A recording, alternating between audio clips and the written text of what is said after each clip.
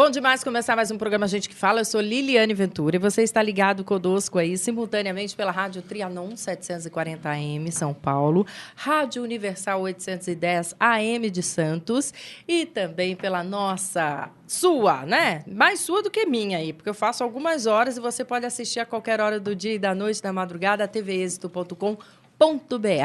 Quero te fazer o convite para você baixar o aplicativo da TV Êxito no seu tablet, smartphone, gratuitamente, tá? O telefone do ouvinte para você participar é o 11 50 81 3782. E o e-mail é liliane@tvexito.com.br. Já pode mandar aí as suas perguntas. A querida Angélica está lá a postos para atender o seu chamado e você vai poder falar conosco, tá? Os assuntos de hoje que iremos tratar são esses, ó. Falta medicamentos nos postos de saúde aqui da capital. Abdala lança candidatura à presidência do São Paulo. Policial é condenado a 6 anos de prisão por assassinato. Estudantes pedem eleições diretas na USP. Para debater junto com você, aí do outro lado, conosco o médico vereador Gilberto Natalini do PV. Como vai? Tudo bem, vereador? Tudo bem, Liliane. Um abraço Alegria a tê-lo você, aqui, viu? aos colegas de bancada e os telespectadores e ouvintes que estão nos assistindo. O provedor da Santa Casa e candidato à presidência do São Paulo Futebol Clube, Calil Rocha Abdala. Como vai, doutor Calil? Tudo bem? Tudo bem, é um prazer estar aqui, inclusive com esta mesa composta de elementos de escola. Muito bom. E também conosco o advogado de família, Ângelo Carboni, especialista em direito da mulher. Como vai, Ângelo? Tudo bem, graças a Deus. Estou muito feliz de estar no teu programa aqui. Que bom tê-lo aqui. O sociólogo Joaquim Pedro Vilaça de Souza Campos, professor titular, hein, da PUC aqui de São Paulo. Como vai, professor? Tudo bem, Liliane? Tudo bem? É uma alegria novamente estar no seu programa para uma conversa com os nossos ouvintes. Muito bom. Olha, repetindo então, 11 50 81 3782 é o telefone do ouvinte e liliane@tvexito.com.br. Estou aguardando aqui também o seu e-mail, tá bom? Olha, gente, falta medicamentos nos postos de saúde, faltam, né, da cidade. Pacientes do Serviço Público de Saúde têm se queixado, né, da falta de medicamentos que deveriam ser distribuídos aí gratuitamente nos postos da nossa cidade. De modo geral, remédios para pressão alta, diabetes, tratamentos psiquiátricos e antibióticos estão em falta. Segundo dados da própria Prefeitura, apenas parte do dinheiro previsto no orçamento para a compra de remédios foi utilizada. Meu querido vereador Gilberto Natalini, tem mais detalhes sobre esse assunto? Como parte foi usada? Geralmente a gente fala, faltou, né? Aqui não. Gastou-se parte, é isso? A própria prefeitura, né, a secretaria já deu a explicação da incompetência de comprar. Ixi. Até o primeiro quadrimestre do ano, a prefeitura que tinha 14 milhões por mês para comprar de medicamento, por mês 14 milhões, nos primeiros 4 meses comprou 14 milhões, quer dizer, tem em torno de 190 milhões para compra de remédios no ano todo, para servir aos postos de saúde, e simplesmente eles não compraram. Então, quando não compra, não tem para distribuir. Quem paga o pato é o povo que precisa do medicamento lá na unidade básica de saúde. Agora, quem cuida disso tem nome? Tem nome, secretário. Tem cargo? Cargo, tem o prefeito da cidade, o seu secretário de saúde e os seus auxiliares. Ué, nós estamos cobrando, ele esteve lá na Câmara, nós cobramos fortemente, mas eles dão uma desculpa que não foi possível. Na verdade, estão economizando, guardando dinheiro, não sei para quê, mas com remédio eles não estão gastando. A verdade... Tem campanha ano que vem? Ai, não era esse o assunto. Meu Deus do céu. O povo que enxergue e escolha quem deva escolher, né? Porque, na verdade, o que está faltando é competência e desculpe o termo, um pouco de vergonha na cara de deixar esse povo pobre sem medicamento para diabetes, para hipertensão. Isso é uma covardia. Olha, porque até para comer a gente espera, mas medicamento não dá para esperar, né, doutor Abdala? Não dá. E, por coincidência, eu tive a semana passada uma reunião na Câmara Municipal com o Marco Aurélio Almeida Cunha, que é vereador e que é meu companheiro de lutas no São Paulo Futebol Clube, onde nós vamos disputar uma eleição, e tem uma campanha que está sendo engedrada por ele com apoio federal, no sentido de eliminar os impostos na cesta de remédio. E tinha como lema, como mostruário, uma cesta com imposto e uma cesta sem imposto. Custava R$ 850 uma cesta, o mesmo remédio, sem o imposto cairia para R$ 500. Nossa. Isso foi demonstrado na Câmara Municipal, numa reunião com líderes líderes farmacêuticos, e essa tentativa de conseguir do governo essa eliminação dos impostos. Fala, Quer outro Natalino. susto, Lili? Vai, vereador Natalino. O orçamento do Hospital do Servidor Público Municipal, para esse ano, nós votamos na Câmara 257 milhões. Sabe quanto a Prefeitura gastou até o terceiro quadrimestre, quer dizer, 2/3 do ano? 132 milhões. 50% do que deveria ter sido gasto o ano inteiro. Ou seja, vai acabar o ano e não vai consumir a verba prevista em orçamento para o Hospital do Servidor Público Municipal. Você vai lá, você vai ver a consequência dessa irresponsabilidade. Lamentavelmente. Vamos ouvir também o que pensa aqui o nosso querido Joaquim Pedro Vilaça. Bom, a minha experiência não é essa, né? A minha família, minha sogra, por exemplo, recebe todos os meses em casa os medicamentos e amanhã mesmo eu vou lá no INSS para receber um medicamento que é muito caro. Então, na INSS leva uma receita médica, você recebe o medicamento. E ele tem recebido em casa, ainda semana passada recebeu todos os medicamentos em casa. De modo que, provavelmente, alguns estão recebendo. E eu tenho a sorte de ser um desses. Muito bem, vamos ouvir também o advogado Ângelo Carboni. Olha, o que eu noto aqui é que os pacientes, ou seja, as vítimas, não estão recebendo a medicação de uso contínuo, que coloca em xeque até a vida deles. Eu digo para vocês o seguinte, não recebeu? Vai na delegacia e faz um BO. Cabe se for DPO idoso, aí? claro. Se for idoso, a mesma coisa. Procura o primeiro fórum que tiver perto da tua casa, fala com o promotor de justiça, eles vão entrar com uma liminar e vão processar os elementos responsáveis pela essa inadimplência. E aí, é bem como você falou, se o diretor lá não quiser apresentar, o presidente não entregar no prazo marcado, eles podem ser presos. E além disso, tem uma multa diária. Então, gente, não brinca não. A turma da PUC sabe muito bem que é justiça quando a gente não tem alguma coisa que tem direito por lei. E, gente, quem precisa do Estado para receber medicação é carente. Se ele morrer por falta disso, o Estado também é responsável. Então vamos brigar por isso. Muito bem, vamos falar de futebol. Muito bom, hein? O nosso querido doutor Abdala lança a candidatura à presidência do São Paulo. O ex-diretor jurídico do São Paulo Futebol Clube, doutor Calil Abdala, que está aqui conosco, agora será oficialmente candidato à presidência do clube. Motivado pela fase difícil que o time do Morumbi vem enfrentando, Abdala tem apoio tanto de conselheiros da oposição quanto da própria situação e pode até vir a ser candidato único nas eleições que devem ocorrer em abril do ano que vem. Doutor Calilson, graças aí ao seu trabalho já realizado lá no São Paulo, é isso? Não, Aqui o senhor acredita esse... Eu tenho um trabalho desenvolvido há muitos anos. Eu sou sócio do São Paulo desde o ano de 1951. Com garoto ainda, meu pai me pôs de sócio e eu assumi a diretoria jurídica do São Paulo em 84 a 88, junto com Carlos Miguel Aidar, que era então o presidente.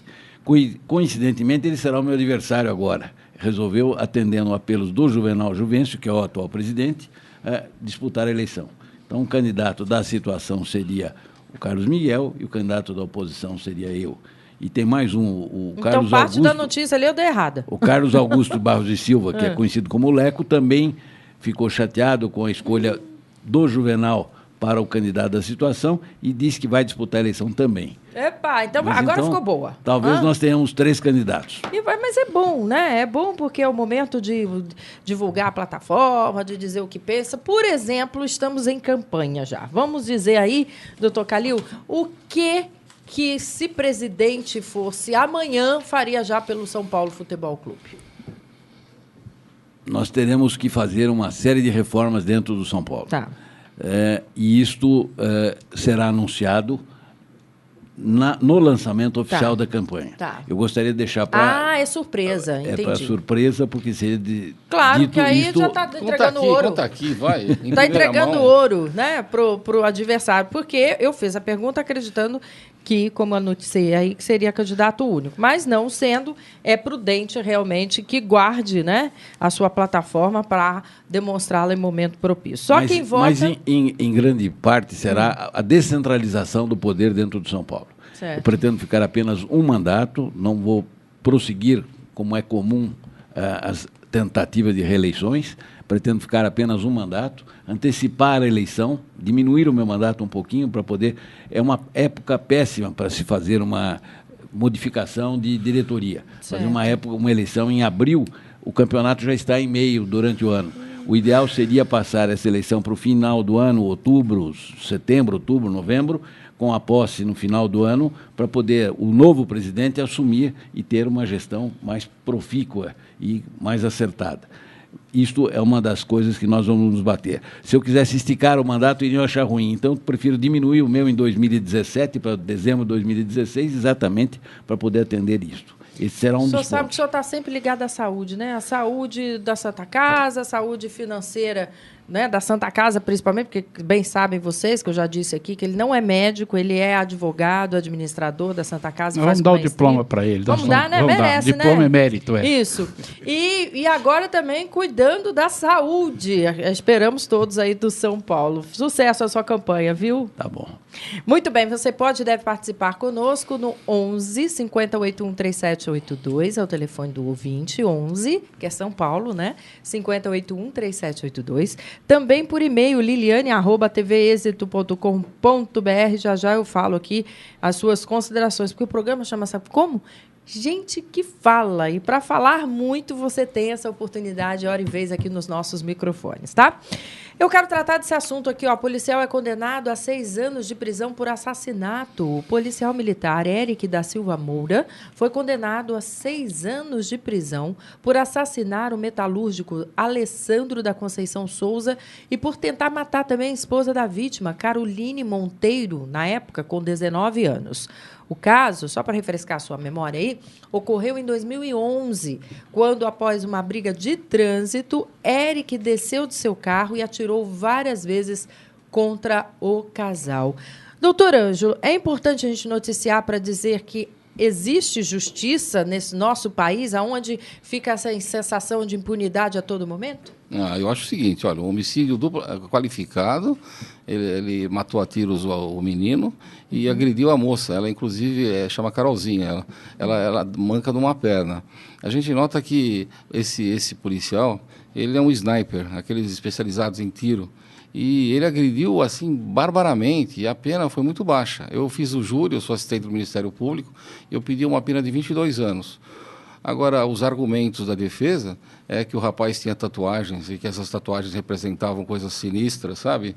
E que ele, na verdade, matou os dois como se fosse uma legítima defesa. Mas o que a gente nota de verdade é que foi um absurdo, esse policial foi expulso da incorporação, a pena é muito branda, e a gente espera agora no segundo júri dele, que eu estou pedindo anulação desse, 22 anos no mínimo.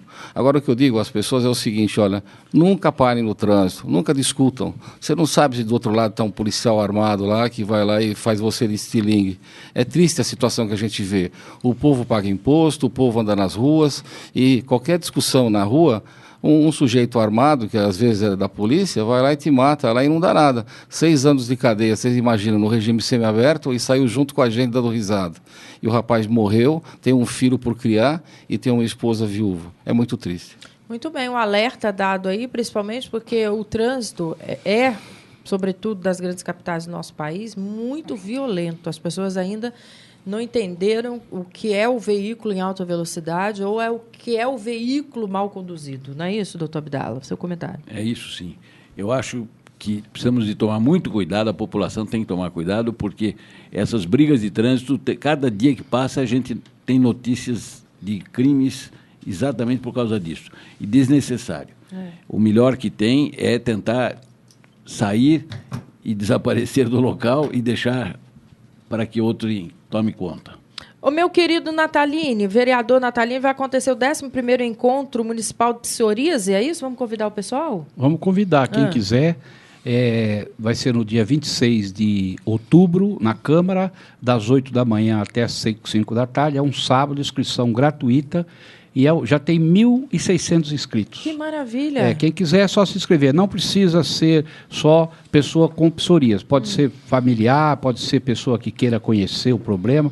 É o maior encontro de psoríase do país. E lá serão esclarecidos a doença? Será esclarecida a doença e como ela se comporta? E como devemos nos portar diante dela? Esclarecida a doença. Tem médicos, tem psicólogos, tem fisioterapeutas, tem dermatologistas, tem esteticistas. É uma equipe multiprofissional que o dia inteiro faz um trabalho de esclarecimento e de tirar um pouco o preconceito das pessoas para aqueles que têm psoríase, que é uma doença que não pega de um para o outro. 2% da população... Não é por contágio? Não é por contágio, é uma doença autoimune e cerca de 240 mil paulistanos têm a doença, porque é 2% da população, uma quantidade grande de pessoas. A doença é difícil de tratar, tem tratamento, não tem cura. O encontro é o 11º que eu faço junto com o doutor Cid Sabag, querido, que um beijo um grande especialista, você conhece ele. Então, estou convidando todos aí, nataline.com.br, se inscreve lá e vai lá passar um dia, aprender bastante sobre psoríase. E é gratuita a inscrição? Totalmente gratuito, ninguém paga nada. E aí, as maiores informações. Agora, só para o público que está nos assistindo aí, que não tem muita noção, Gilberto Natalini é vereador e também médico. Primeiro médico, depois vereador. Hoje eu operei 2 de manhã. E aí, meu querido, como é que ela se manifesta, a doença? A doença se manifesta principalmente na pele, são placas vermelhas, descamativas na pele, no cabelo, nas juntas do joelho, no cotovelo, mas hoje já se sabe que a psoríase também atinge órgãos internos, articulações, da cardite por psoríase, inflamação no coração, nos rins. Então é uma doença também sistêmica que pega vasos sanguíneos. É uma doença complicada, mas que a pessoa tem que fazer o diagnóstico precoce e o tratamento na primeira hora para poder evitar as complicações da doença. Eu vou falar uma bobagem aqui, você me corrija. Você tipo nunca fala bobagem. É tipo herpes, assim, que quando a gente está com baixa imunidade ela se manifesta? Não, herpes é uma doença viral, é causada por um vírus. Certo. O herpes zoster e o herpes simples, são 2 tipos, né? A psoríase não é causada por vírus, é uma doença autoimune. O próprio organismo produz anticorpos contra si próprio. E se ataca a si próprio. Tem relação... Não, mas ela se manifesta com mais intensidade, parecida com a herpes, não? Baixou minha imunidade e isso manifesta? Não. Pelo contrário, a imunidade, como é uma doença autoimune, a imunidade está aumentada, só que está aumentada para o lado contrário, para o próprio corpo. Que coisa, hein? Tem ligação com a parte psíquica, né? Algumas alterações emocionais, mas não é causado pelo psiquismo. Ela é mesmo uma doença autoimune, de difícil diagnóstico, difícil tratamento, e também tem muito preconceito. Você vai num banco de ônibus, está um doente com psoríase, ele se levanta, o ônibus está lotado, ninguém quer sentar no banco, que acha que pega e não pega. Falta de informação. Falta de informação, isso. E a gente ajuda aqui. Perfeito. Vamos aí conclamar todos que têm interesse sobre o assunto, que deseja participar, pode fazer sua inscrição no site do nosso querido Gilberto Natalini. Nataline.com.br. Nataline.com.br. Gratuitamente, você vai poder participar aí de um dia inteirinho que vai acontecer dia 26 de outubro, a partir das 8h30 da manhã e vai até as 5 da tarde. Parabéns pela iniciativa, obrigado, viu, vereador? 1150813782 é o telefone do ouvinte, pode participar, liliane@tvexito.com.br, também por e-mail você conversa conosco, tá?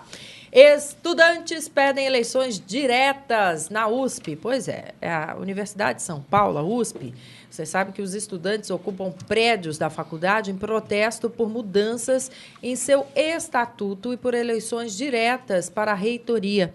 No ano passado, problemas parecidos ocorreram, inclusive, na PUC, quando, após eleições entre 3 candidatos, a chancelaria da universidade decidiu nomear a reitoria a terceira colocada nas eleições. Vamos ouvir o mestre professor que está aqui conosco, o que ele pensa sobre esse assunto, Joaquim Pedro Vilaça de Souza Campos. Bem, sobre isso tem muita coisa a falar, não? Em primeiro lugar, nunca houve eleição direta nas universidades. O que aconteceu no passado foram consultas. Consulta-se a comunidade, o Conselho Universitário toma conhecimento dessa consulta, escolhe uma lista de 3 professores que podem estar ou não na lista que a consulta coloca. Isso vai para o governador, no caso da USP, ou vai para o grande chanceler da Universidade Católica, que é o Cardial, que é presidente da Fundação São Paulo. E ele escolhe, então, alguém. Na USP, por exemplo, o último reitor não era o primeiro da lista que o Conselho Universitário mandou. Na PUC também era o terceiro, né? Agora, eu quero deixar bem claro uma coisa, como professor, que é o seguinte: a universidade se baseia na desigualdade social. Meu ouvinte ficou espantado, né? A universidade se baseia na desigualdade social.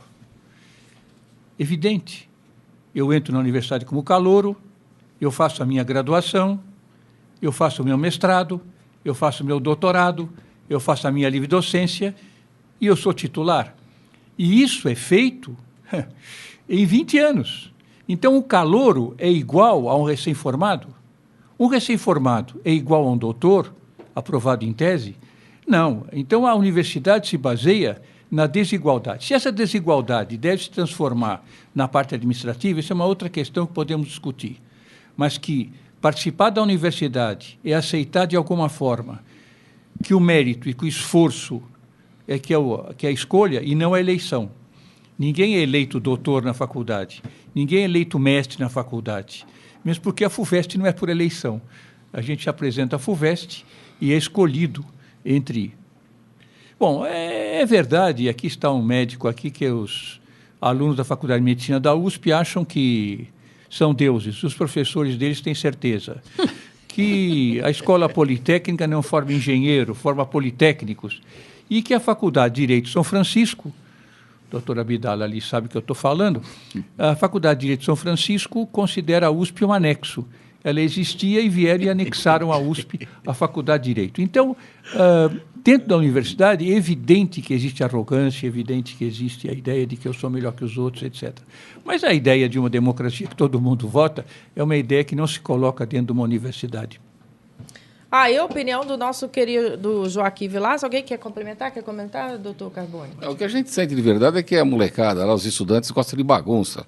E é o que eles estão fazendo. Eles têm que respeitar as regras. É isso aí. Muito bem. Vamos ver Gilberto Natalini, nosso vereador e médico. Eu, como dependo de voto para me eleger vereador, eu respeito muito as regras democráticas, as eleições e tal.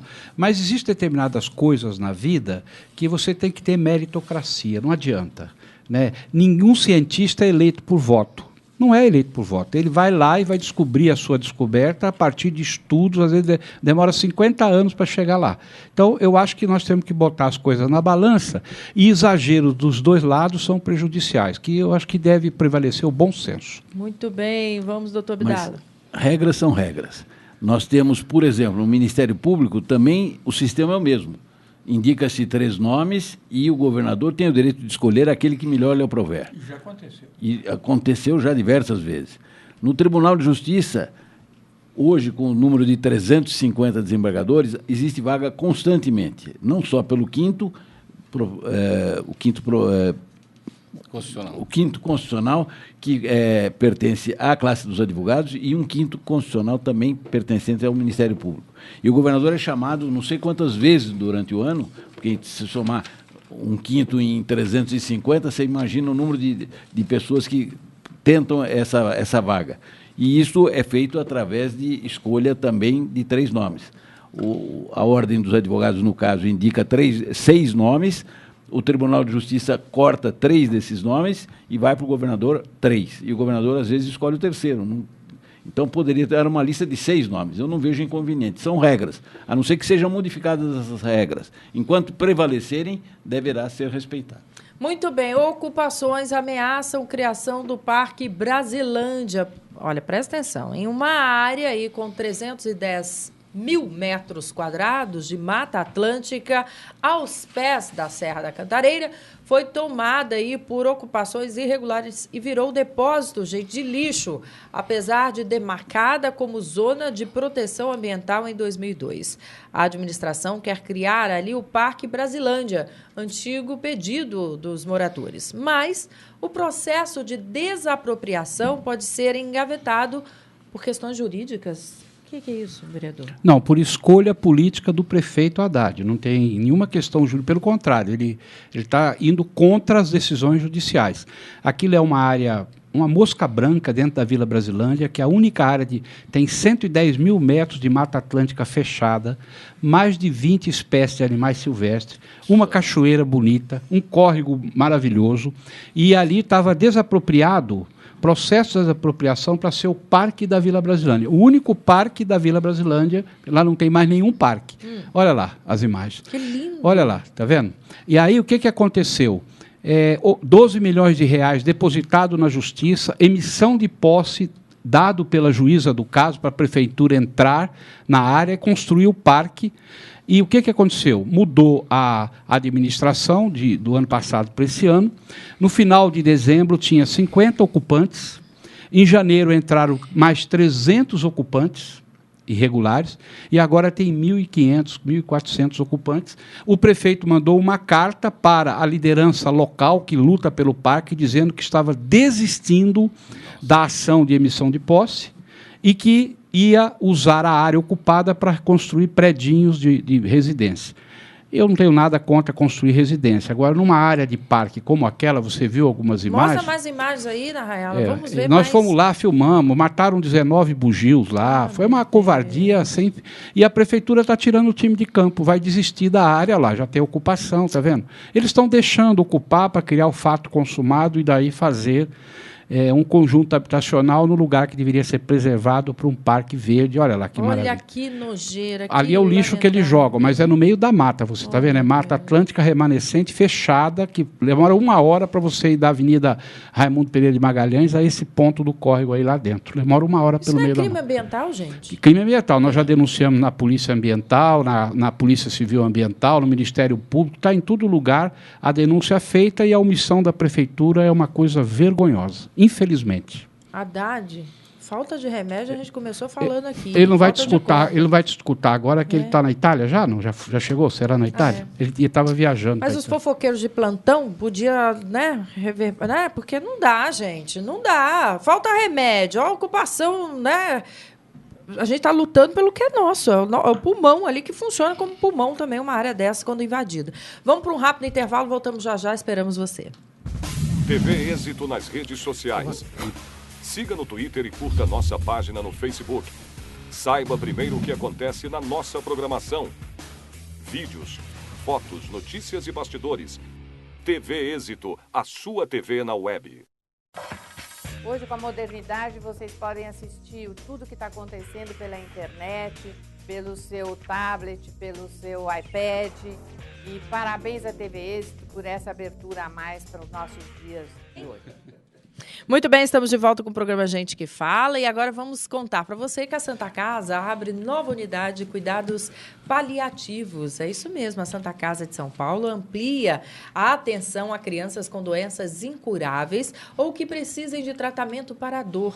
A nova unidade, aí, com 26 profissionais de várias especialidades, receberá lá paciente, onde poderá passar por todas as consultas no mesmo dia, evitando deslocamentos.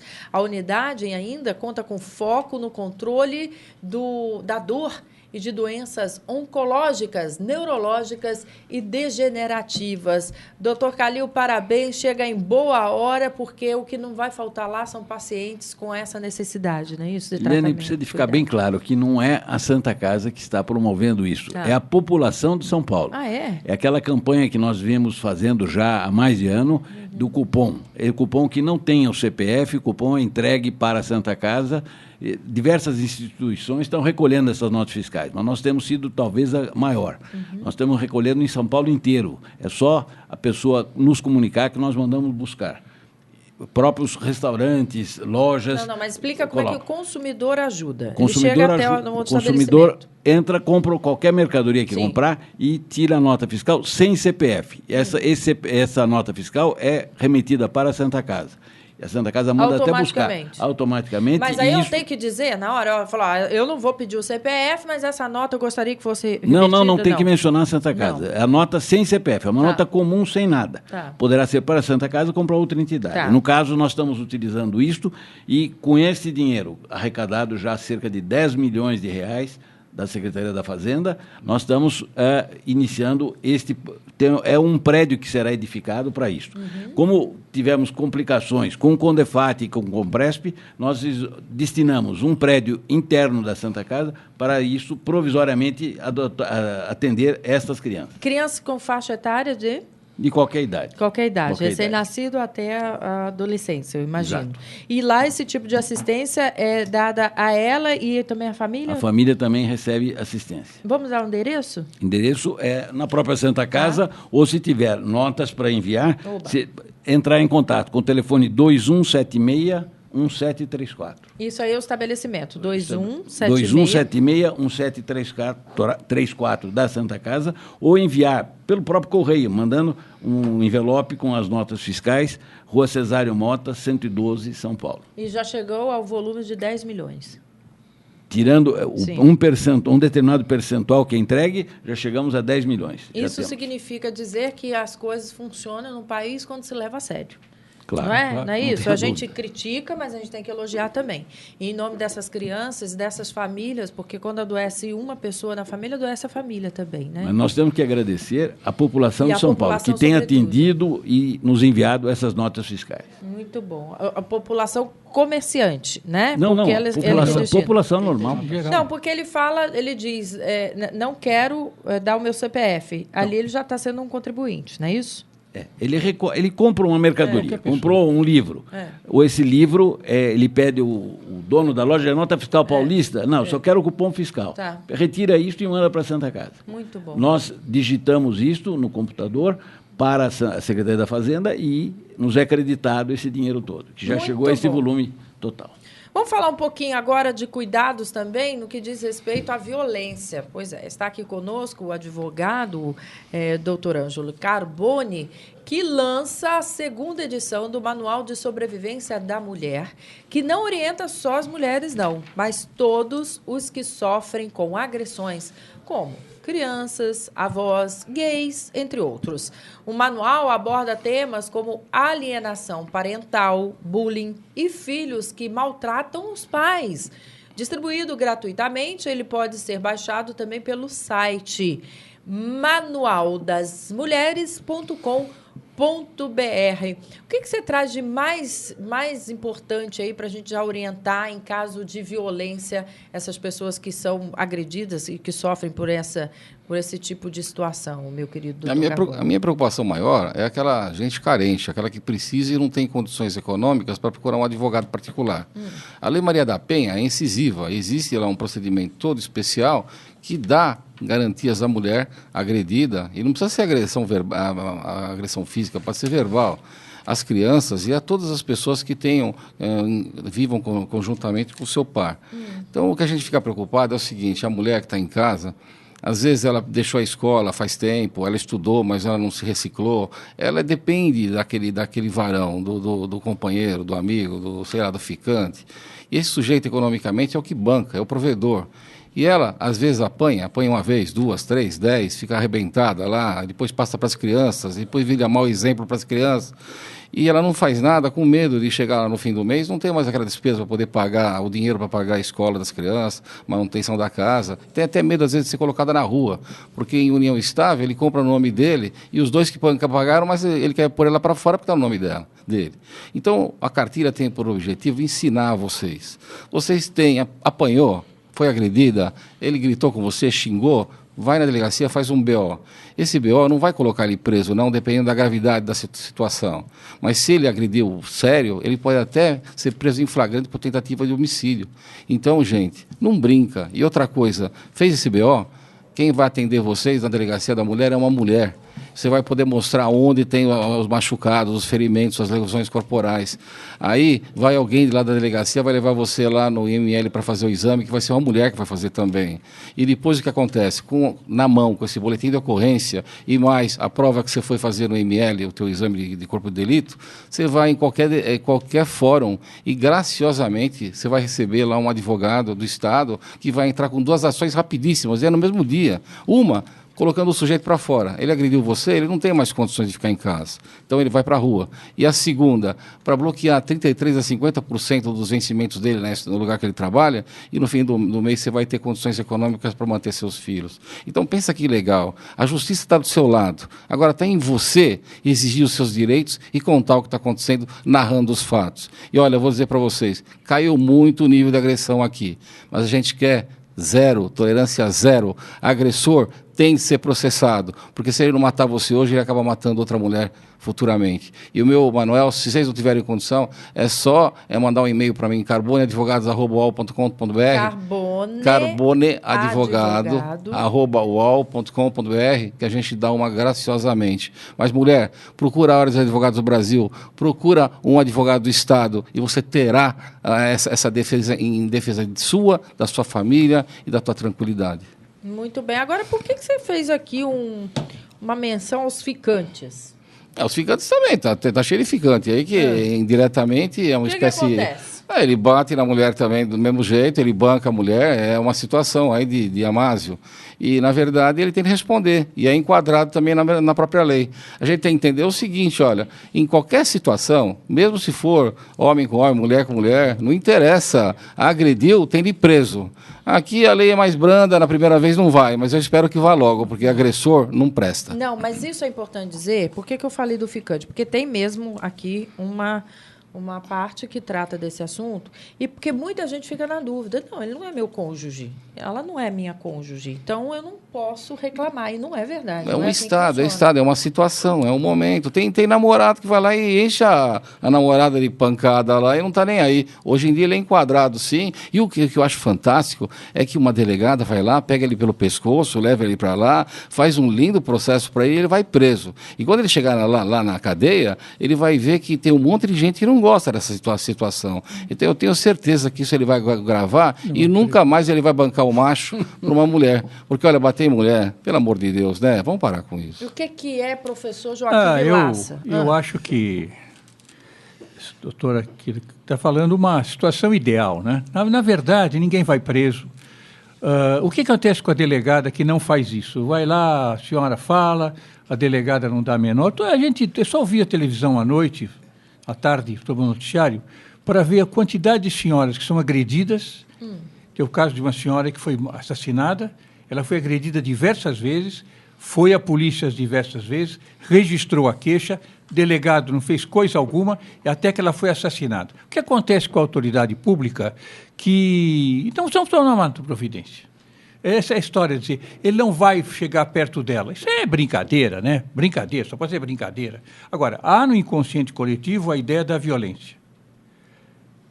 Ele não tem educação, alguém comenta, porque não apanhou o suficiente em criança. Então, uma pessoa educada é uma pessoa que apanhou em criança. E os pais ainda, muitos pais, acham que bater no filho educa o filho. Eu já tive atritos com pais que estavam batendo nos filhos e ninguém ficou do meu lado. Todo mundo disse, ele pai dele pode bater. Isso aconteceu numa livraria que eu estava. O pai bateu no filho, eu fui reclamar, ele falou, eu sou meu filho, eu bato quanto eu quero. Não é? Então, essa ideia da violência na nossa sociedade é uma ideia muito presente. E nós temos que combater isso com muita força. Não é a violência só com a mulher. É a violência com o idoso, é a violência da homofobia com o gay, quantidade imensa de jovens, não é? Que são homossexuais, que são agredidos e fuzilados, mortos, né? São mortos, né? Simplesmente porque tem uma opção sexual diferente da nossa. É isso aí. O que é, doutor Carbone? Pode responder. Doutor Vilaça, o caso da delegacia é meio. No momento que a mulher comparece lá e faz o boletim de ocorrência e ela faz o exame de corpo de delito, ela comparece no fórum e o fórum vai ceder um advogado. Eu posso mostrar para o senhor aqui? O cara sai da hora lá, doutor, o cara sai da hora, paga olha, lá 10 mil reais e sai. Mas não sai. Ele vai pegar uma separação de corpos no fim da tarde e o juiz vai determinar para ele que ele fica a 300 metros de distância da mulher.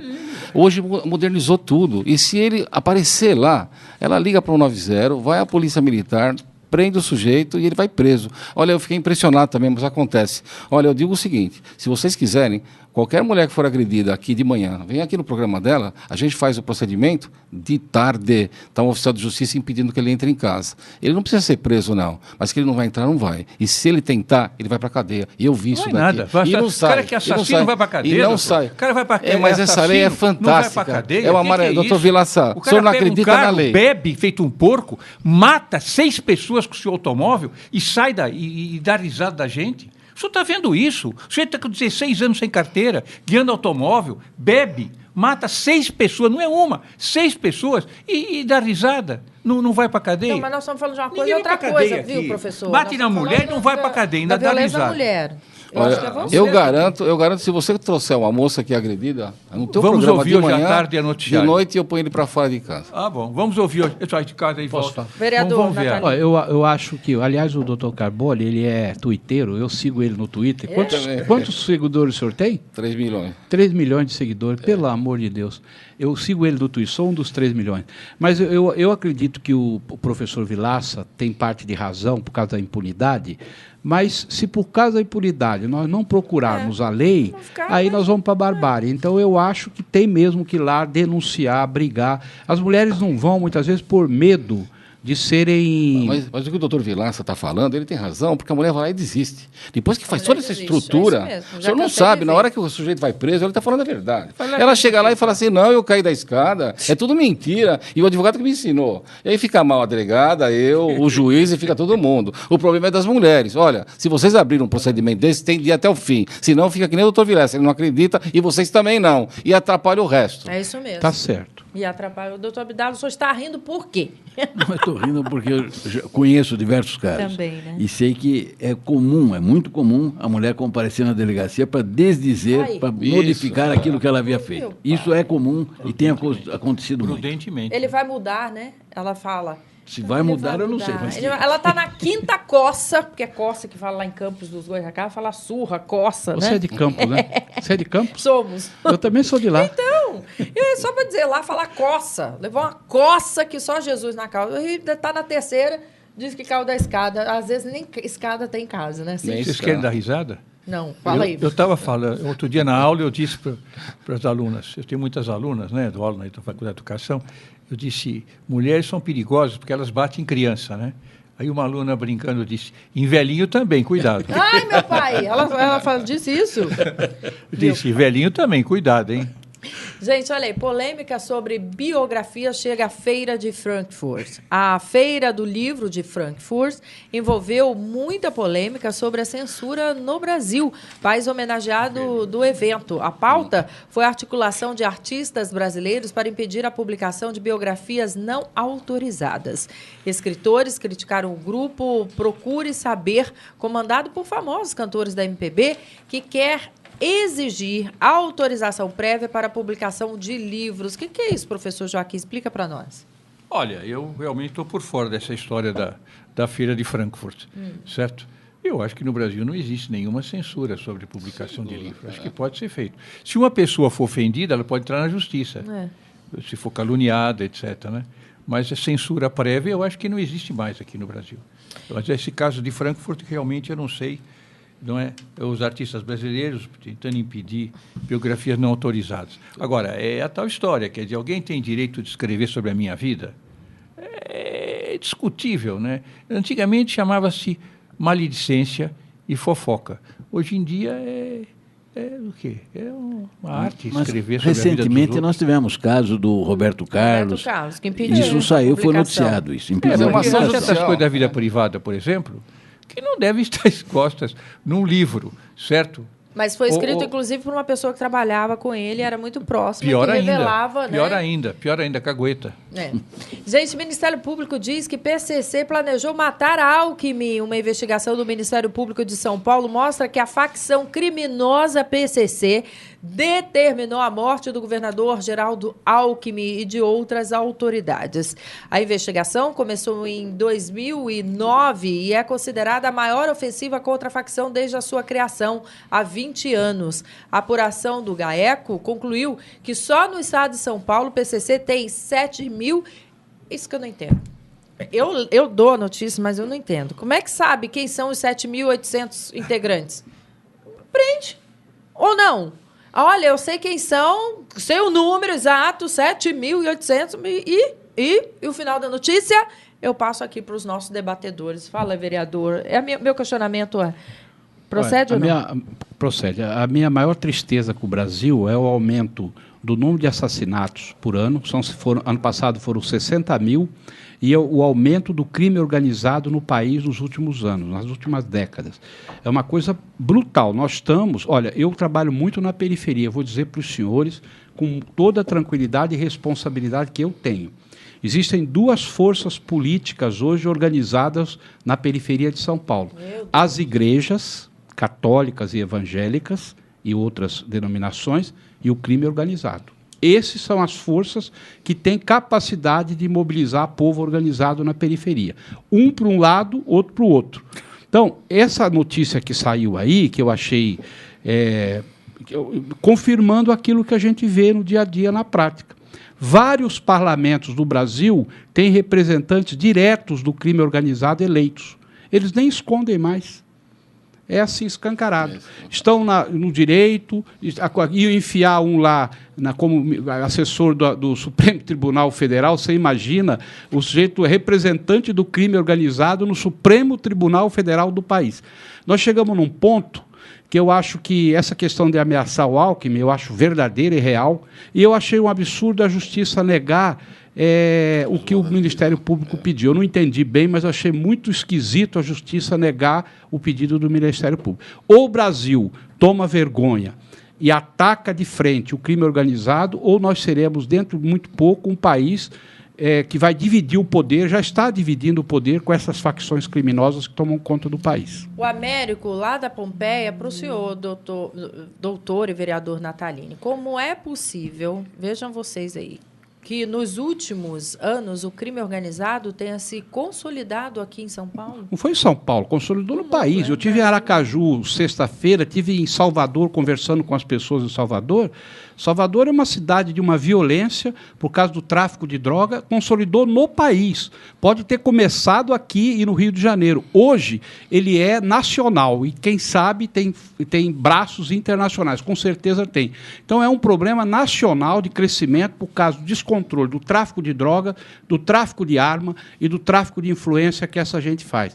Eu vou te contar, eu ando na periferia, ando muito, vou nas favelas. Muitas vezes a gente tem que pedir licença para o chefe do tráfico, lá para o chefe dos bandidos na favela, para entrar, para atender um doente numa favela, tem que perguntar se pode entrar, porque se ele não quiser, a gente, que é agente público, médico, advogado, padre, tem que pedir licença para ele dizer, não, pode entrar, vai lá ver o paciente. Isso já aconteceu comigo, acontece com todo mundo. Infelizmente, nós somos reféns dessa gente hoje. Ninguém fala isso, existe uma hipocrisia na sociedade, ninguém quer olhar isso de frente. Mas o poder político e econômico dessa gente passou de todos os limites. Eles estão dentro da polícia, dentro do legislativo, dentro do judiciário. Quem entrar na frente deles, eles pagam o pato. E o Alckmin parece que está atrapalhando, e se bobear, paga o pato. Tem que tomar cuidado, senão paga o pato. O Cícero de Itapevi, vereador Natalini, eu sou contra a ressuscitação da CMTC, pois a administração pública nunca foi lucrativa. O erro perdurará? Eu acho que o prefeito Haddad, ele quer ter na mão uma empresa que possa fazer o controle, vamos dizer assim, para mediar com as outras empresas o bom funcionamento. Ele quer ter um peso ali, uma medida. Agora, ele tem já esse instrumento, que é a SP Trans. Ele já tem esse instrumento. Só que esse instrumento que ele tem não cumpre o seu papel. Talvez ele vá criar um outro instrumento para também não cumprir o papel dele. E vai ter duas coisas para a mesma finalidade, sem nenhuma das duas funcionar. Eu também sou contra essa ressuscitação da CMTC em São Paulo. Eu sou a favor de botar controle nas empresas concessionárias, com a SP Trans cumprindo o seu papel, que hoje não cumpre, não fiscaliza e não cumpre direito o seu papel. O Fernando de Tatuapé, ainda para o vereador Natalini, o que fazer para obrigar o Estado a dar segurança pública aos cidadãos que pagam seus impostos? Bom, o Estado, eu acho que é também você dizer que é a questão de um Estado ou de um governador, isso tem que ter uma política nacional, todos os governadores têm que ser chamados pelo governo central, prefeitos das capitais, isso é um problema que ganhou uma dimensão tão grande que não dá para ficar um apontando o dedo contra o outro. É preciso chamar todos os agentes públicos do país.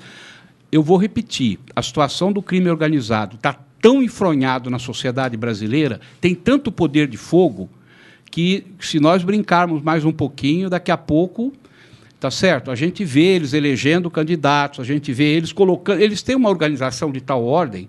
Eu falo isso, eu não tenho medo de nada, viu, Bilácio? Eu não tenho medo. Eu já vivi meus 61 anos, muito bem vividos, eu não tenho medo de falar.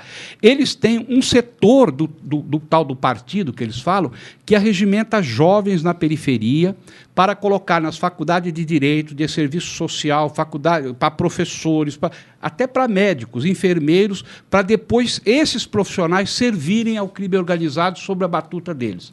Olha onde essa gente chegou, sob o olhar complacente do poder estatal brasileiro e da sociedade também. O Jaime do Jardim Bonfilholi, para o professor Joaquim Vilaça, não estaria na hora da USP começar a cobrar o estacionamento dos seus alunos e professores? Cobrar estacionamento? Só isso está faltando. Só isso está faltando. A PUC cobra um estacionamento ali. Não, veja bem, a única universidade que nós temos que tem algum prestígio internacional no Brasil é a Universidade de São Paulo, que faz pesquisa, etc., que tem grandes hospitais, que tem o INCOR, que tem estrutura de universidade, né? As outras, mesmo a Unicamp, a Unesp, são mais modestas. E depois vêm as particulares, né? Eu trabalho numa universidade atualmente, estou aposentado na USP, mas trabalho na PUC, que é considerada uma das melhores universidades particulares. Mas não dá para comparar uma universidade como a PUC com a Universidade de São Paulo. Assim mesmo, ela não está entre as 100 melhores do mundo. Ela não está entre as 100 melhores do mundo, apesar de ser a melhor universidade desse país e ter uma estrutura extraordinariamente bem montada, não é? Agora, o que o aluno vai pagar? Isso é bobagem. A universidade tem pesquisa. Quem vai pagar um laboratório, um navio oceanográfico, um museu do tamanho que a USP tem, ou então um observatório astronômico? A universidade é um negócio que tem que ser mantido, porque uma pesquisa bem feita vai beneficiar muita gente. Muito bem. Olha, a Raquel, do bairro de Perus, para o Nataline. Vereador, na minha região faltam médicos em todos os postos e as áreas verdes estão sendo invadidas todos os dias. Fala ela lá. Eu identifiquei mais de 90 áreas públicas em São Paulo, muitas delas reservadas para parques, como, por exemplo, no Grajaú, essa da Brasilândia, uma na Vila Silva. Eu posso dar muitos exemplos aqui, que tiveram ocupações programadas, incentivadas, foram invadidas e perdemos a área pública para os parques. Aí vai se dizer, puxa, mas nós não queremos que o povo tenha moradia? Eu quero que o povo tenha moradia, mas você não pode substituir um parque público que serve ao pulmão de milhões de pessoas por moradia. Você tem que arrumar outras áreas. Em São Paulo tem outras áreas para moradia, tem áreas ociosas que podem... Lá na Brasilândia mesmo, tem áreas ociosas que não tem Mata Atlântica, não tem cachoeira, não tem nada,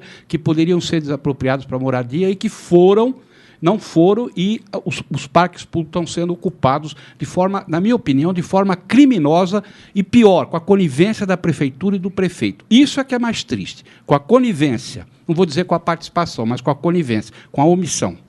O José Carlos, do bairro de Santo Amaro, doutor Calil, qual o problema da construção da cobertura do estádio do São Paulo? Falta de dinheiro ou de vontade política?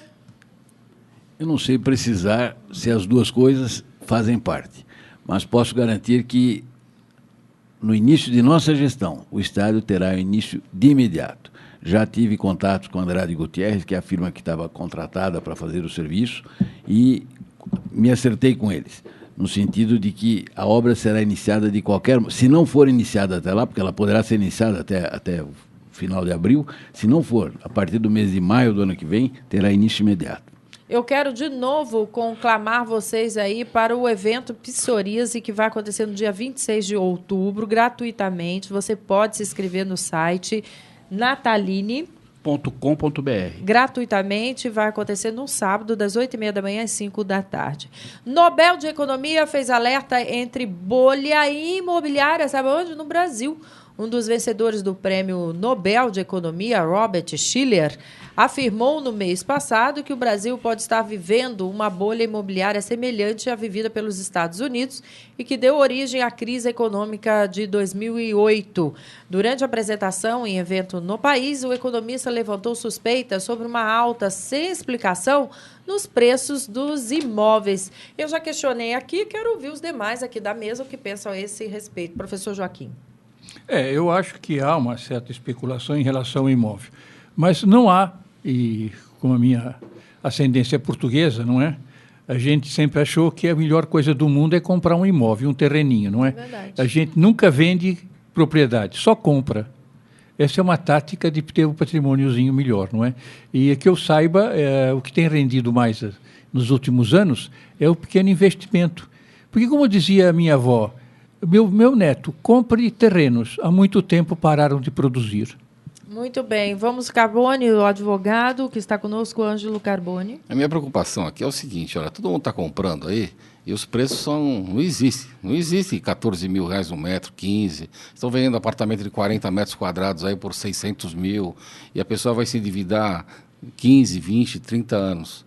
Eu estou vendo aí que, de verdade, esses financiamentos estão saindo à torta e à direita, inclusive esses mais baratos aí para a nossa casa, e as pessoas não têm a mínima estrutura para poder pagar.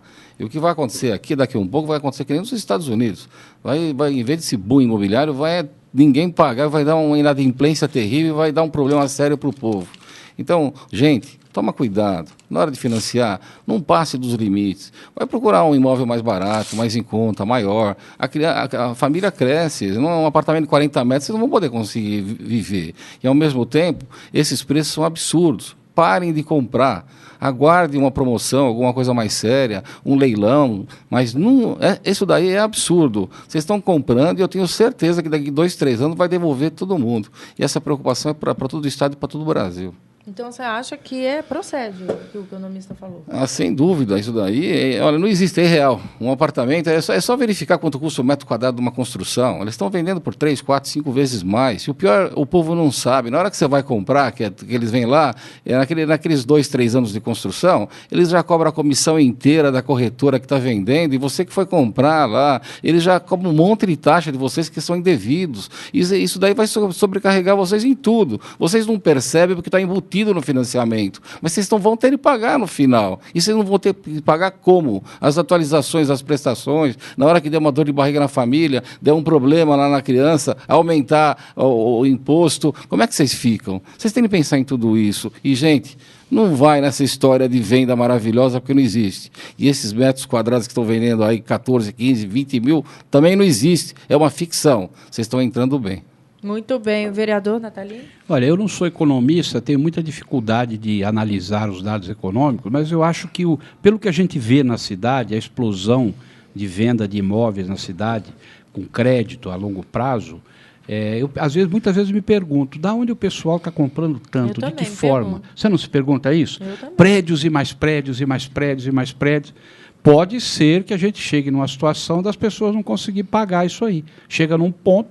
Você sabe que esse crédito que o Lula fez para carro, o banco está tomando muito carro de gente, sabia? Porque a pessoa não paga a quantidade, não consegue continuar e fica devendo e o banco toma o carro. Então, eu não sei se isso tem condição de chegar para os imóveis, né? Agora, isso seria muito ruim para o Brasil, porque tudo que desandar a economia, o país vai sofrer muito, né?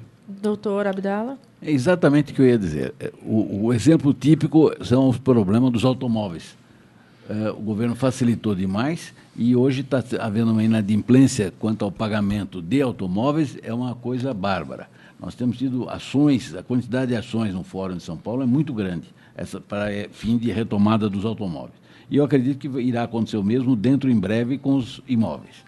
Menos hoje os imóveis, mas daqui a pouco irá acontecer isso. Alegria ter recebido vocês aqui. Muito obrigado pela participação de cada um. Lembrando que Gente que Fala volta, né, a qualquer momento do dia, da noite, da madrugada, porque você pode e deve nos acessar aí através da tvexito.com.br, que tem um aplicativo gratuito para que você possa baixar no seu celular, no seu tablet, ok? Então fica o convite aí, inclusive, para assistir a esse e outros programas já realizados, bem como a nossa grade de programação. Ficamos por aqui agradecendo a presença do vereador Gilberto Natalini, o doutor Calil Rocha Abdala, doutor Ângelo Carboni, o professor Joaquim Pedro Vilaça de Souza Campos e você. Gente que Fala tem a direção geral do jornalista Fausto Camunha, diretor de produção Zenilda Salvato, redação Raela Brandão e Pedro Schiavon, pauta José Carlos Sicarelli, som Cléo Rodrigues, na técnica Fernanda Cataldi, Felipe Duarte, Felipe Batista, Renato Borges, Douglas Dantas e Bene Benet. Tchau.